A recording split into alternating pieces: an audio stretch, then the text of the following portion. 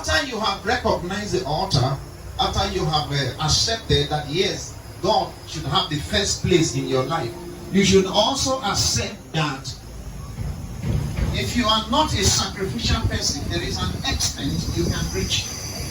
You can't go beyond that extent. You know, there's something about spiritual blessings that come in from the Lord. Your labor is not enough, but your labor is needed.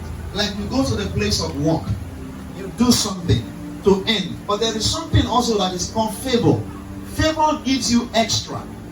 You can be in the police force, and be given an example, and you are a sergeant for 20 years, and someone that came into police force for 5 years has become 3-star.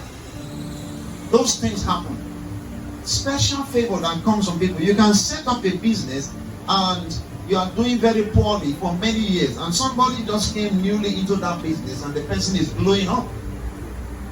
We call it the favor of God. Favor is different from labor. How does God bless the works of your hands? He blesses what you are doing so that what you are doing will become more profitable.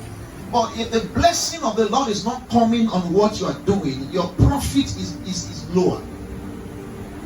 So now, if you want to practice the principles of prosperity according to the Christian faith, you have to be sacrificial. Offer sacrifice. Offer sacrifice. It will not take anything from you. Instead, it will add to you. Some of you think that sacrificing is a loss. The little I have, I will not start making sacrifices for me. No, I don't want to do that. I don't want to reduce what I have. No, it's actually a gain. Because at the end of the day, you'll see yourself rising more than you can imagine. You know, I asked you people this thing on Sunday. Is there anybody that can get up and say, I have made sure that for 1 full year, which is 12 months, I have remained a faithful tither. I tithe from my income to the house of God. For 12 complete years, I am not missing my tithe. I sow as I am able to sow. I give as I'm able to give for 12 months. And I did not see the hand of God for good. The truth is that you have not tried it for 12 months.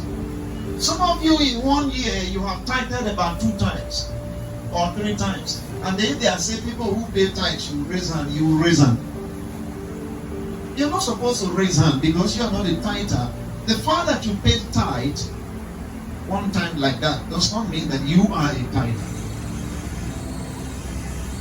And then if you have given sacrificially once, there was a particular time you gave sacrificially.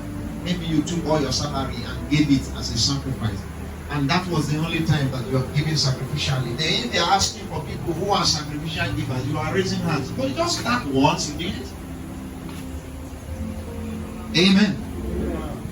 As you see things grow gradually in the natural realm, that's how it grows gradually also in the spiritual realm. So you don't think that you just jump up to God and then in January you pay tithe unto the Lord, and then you expect that by February the American president will invite you because you paid tithe in January. So February they will invite you to US, and when you get there you will go to White House.